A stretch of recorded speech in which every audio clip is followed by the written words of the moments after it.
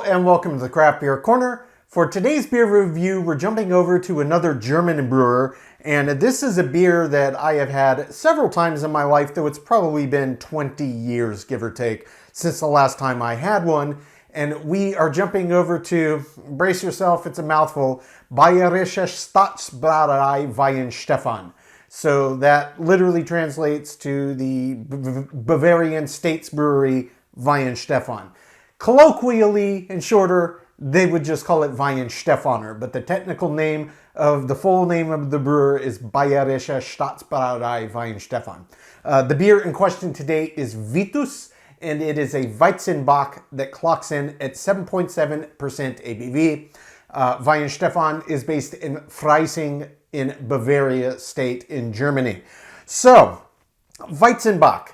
This, as we know from having done multiple Hefeweizens, the German word for wheat is Weizen. So this is a wheat bock. It's going to be a bock that has got added wheat brewed into it. So a little bit different, but they do classify this as a single bock. 7.7%. In terms of label art, it's a very clean, classic design, as you would expect on any German brewer. It's got this nice kind of dark brown gold foil. So we're going to get this cracked, and today I am using a Hefeweizen glass, which I would not normally use on a bock, but since it's got that wheat characteristic, I think it's going to work well for our purposes here. This is one of my 2-cured glasses. We are just going to get this poured right down the side. Okay, and slow this down a bit. It's not going to have trouble forming a head. The shape of this glass inherently helps create great heads. That's one of the reasons it's so narrow, because on a Hefeweizen, this is a Weizenbock, but on a Hefeweizen, having that big head creation formation really pops all the aromatics out, what with it being a very unique beer style. So, you will notice on this that this is much lighter than your average bock. Indeed, it's a lot more akin to the color characteristic and spectrum that you would expect to see on a Hefeweizen, not a bock. Bocks are typically going to be brown or darker shades. They can be any color of the rainbow, but the fact that it's Weizen definitely is going to make a difference here. So, let's just get right up over this for a full sniff. Oh yeah. That smells very nice. Indeed, there's a lot of aroma coming off of this beer that smells a lot more like a Hefeweizen than a classic bock. I'm getting immediate notes of clove, banana, some of these spicy undercurrents. You can really smell the underlying malt bill as well. This one smells very doughy, very yeasty indeed. It's got kind of a hybrid between a bock aroma and a Hefeweizen aroma, which stands to reason based on what they did with it. So there is some underlying richness to the malt bill that's not just doughy bready. It does have kind of a caramelly underpinning, but much less so than you would get on your typical bock. But it smells fantastic. The head has settled down a bit here. So let's just jump right in for take one and see what this is about.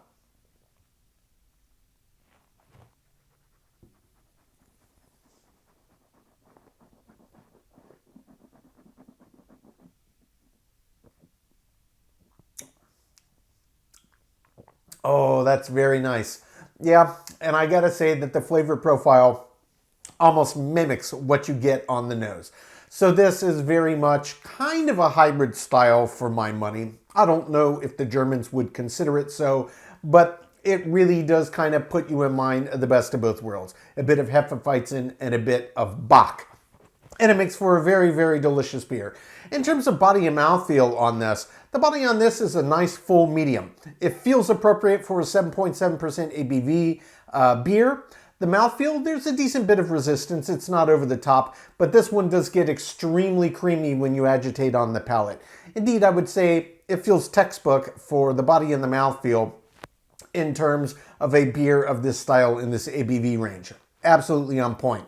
Now, in terms of the flavor profile, that's what's probably the most unique about this beer. And certainly, it mimics the aroma. Make no question about it. So, what you get immediately is this big burst of that classic kind of spicy, clovey underpinning that you would expect on a Hefeweizen, but not in a bock. So again, this does put me in mind of a hybrid style. And yes, you do get some nice kind of crackery, biscuity, crumb kind of flavor characteristics, kind of doughiness coming out of the malt bill, but you do also get that same subtlety you could pick up on the aroma of more deeply caramelized malts. I know it doesn't look dark at all, really, but trust me when I tell you that it's in there. There is a nice layer of more caramelized malts in this that is putting that on the nose, and it does translate into the glass. So that's really what this beer tastes like to me. It's kind of a hybrid of a couple different styles, and I gotta say, compared to a standard Bock counterpart, this does feel overall a little bit lighter of a beer drinking experience, and I don't mean necessarily in terms of weight or volume, because a Bock in this ABV range is going to have about that same heft and resistance on the mouthfeel, but really what I mean is the flavor profile. A Bock's going to be richer, it's going to be driven with a lot more caramelly notes, you may even get some nutty undertones in there. This does not do that. This just has these light caramel undertones, but it leads with this doughy, crackery, biscuity kind of underpinning to the malt bill and really drives home with this kind of spicy clove, apricot, banana kind of forward flavor that does match exactly the aroma. There's really no surprises in this beer. What you smell is what you get in the flavor profile, and it's absolutely fantastic. This is a beer style you don't see everywhere. It's not brewed by everybody. It's one of the less common beer styles you're going to find, certainly in the States, but it's very, very nice. And if you've never tried a Weizenbock, I do definitely recommend it. So we're going to jump back in for a second sip here, let everything re-intensify, and then we're going to pick it apart again, make sure we didn't miss anything. We'll talk about the balance and the finish. On sip one, it's a great beer. It's been a long time since I've had it. I'm glad I'm jumping back in. All right, take two.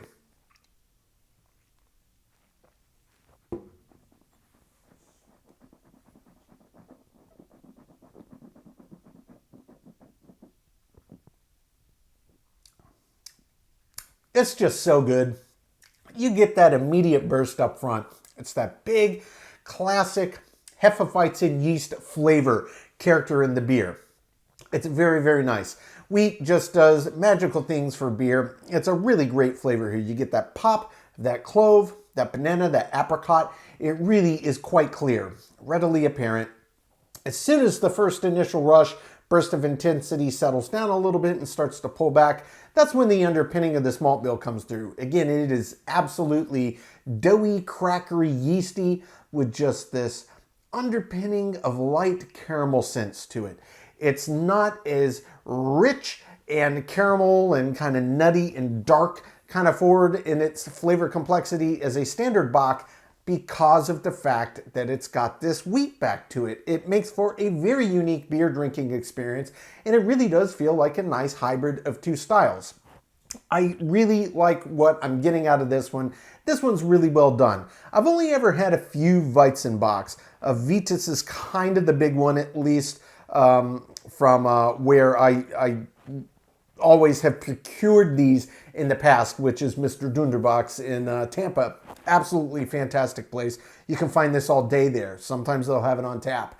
But really, really nice. This takes me back, and it really is such a good beer. In terms of the balance, we're talking in a beer like this, what's the balance between the underpinning normal Bock compared to the Weizen side of it? I gotta say that I really like the balance because you get the subtleties of both and they all have their own voice. And we're talking both on the aroma side and in the flavor profile. This one's just extremely well done. In terms of the finish, this does have a longer finish than your average Bock. And, you know, it is its own animal. It is a Weizenbock. And that's kind of what is the big driver that makes this last longer. If you're trying to do a more direct comparison, it truly does have a lot more characteristic traits, far more in common with a Hefeweizen than with a standard Bock beer. So that is something to know. But in terms of the finish, it's about right for what a typical Hefeweizen would be, but it's longer than what a typical Bock would be. And it's really the intensity of these kind of clovey, banana, apricot flavors that just do really linger on the palate and drive out the end of the finish. In terms of bitters, it's subtle on this one. I'm guessing they used traditional German noble hops, didn't go overboard with it. I'm guessing maybe 10 to 20 IBU range. It's on the lower end of the spectrum, but what it is packed full of is absolute tons of flavor and nuance, and complexity just ebbs and flows in and out of it. Guys, I really love this beer. It's been such a long time since I've had one. I'm going to take my time, sip on this one, count my scores. When we come back, we will get this beer ranked from top to bottom.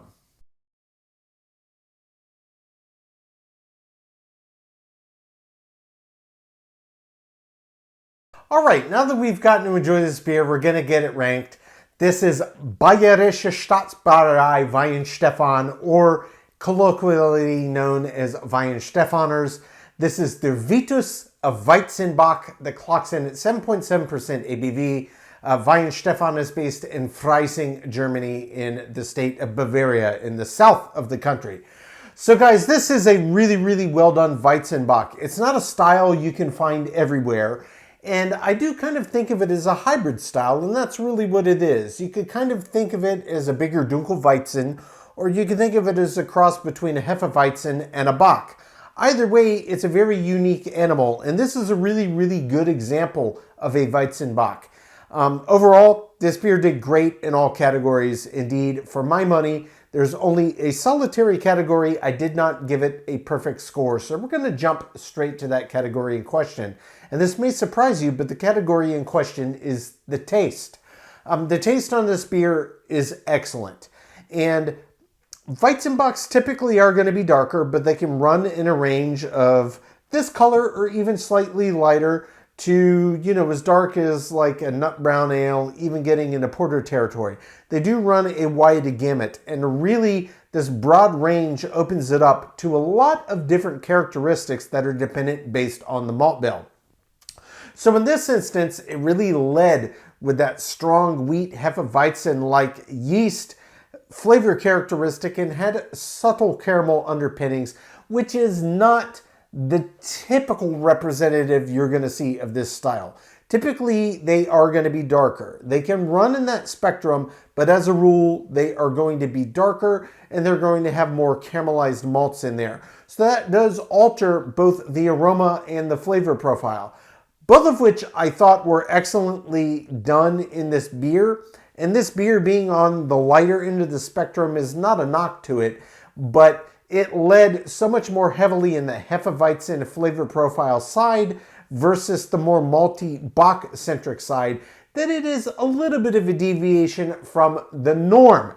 This absolutely within style guidelines fits within it. It's an extremely great example, but it is a deviation from the norm for this style. And for that reason, and that reason alone, I did dock points on the taste, which I do think are well above average, but typically they're going to lean a little bit more heavier into the Bock side as well, just with the added Hefeweizen yeast, and they're going to be a bit darker. So that does change the dynamics of the beer. Make no mistake, I absolutely personally loved it, but within the scope, yes, it is, but outside of the normative range for the scope, it was. So I did dock some points here, but it is above average, and I did give the taste a 7 out of 10, which does, of course, leave a perfect 10 out of 10 in the remaining 9 categories. Sorry, guys, I'm always squinting. These LED set lights are super bright. We'll go through the 9. You know them well by now. It's aroma, body, mouthfeel, finish, head and retention, appearance, balance, feeling/intangible, my subjective thoughts category, and finally example of style. So the total score on, we'll just call it Weihenstephaner at this point, their Vitus is indeed a 97 out of 100. Well above average, guys.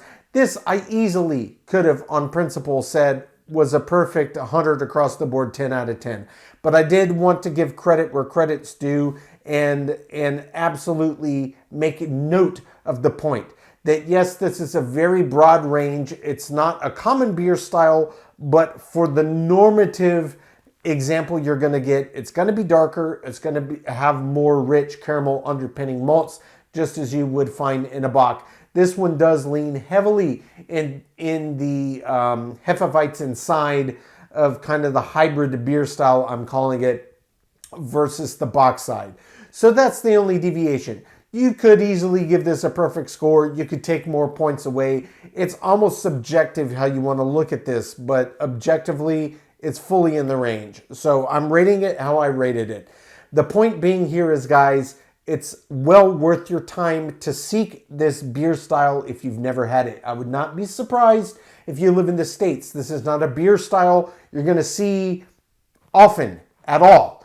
You really need to get to a well-stocked bottle shop. Total Wine won't always even be a guarantee for having Weizenbocks in stock. And certainly, if you don't have a really good, well-stocked local kind of German and European restaurant that also has a really good selection of beers, this is going to be one that's tricky to find, but it's well worth the effort. I do highly recommend this to any fans of really good German beer, Bocks or Hefeweizens.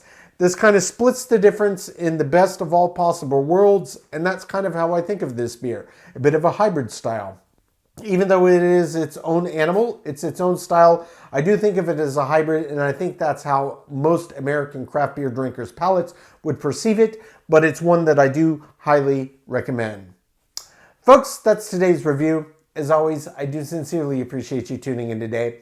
Please don't forget to like, comment, and subscribe. And if you want to stay in the loop on our videos go live, just turn on your notifications, hit that bell icon. It's right next to the subscribe button. Until next time, keep it beer, keep it craft. We'll see you on the next one. Cheers.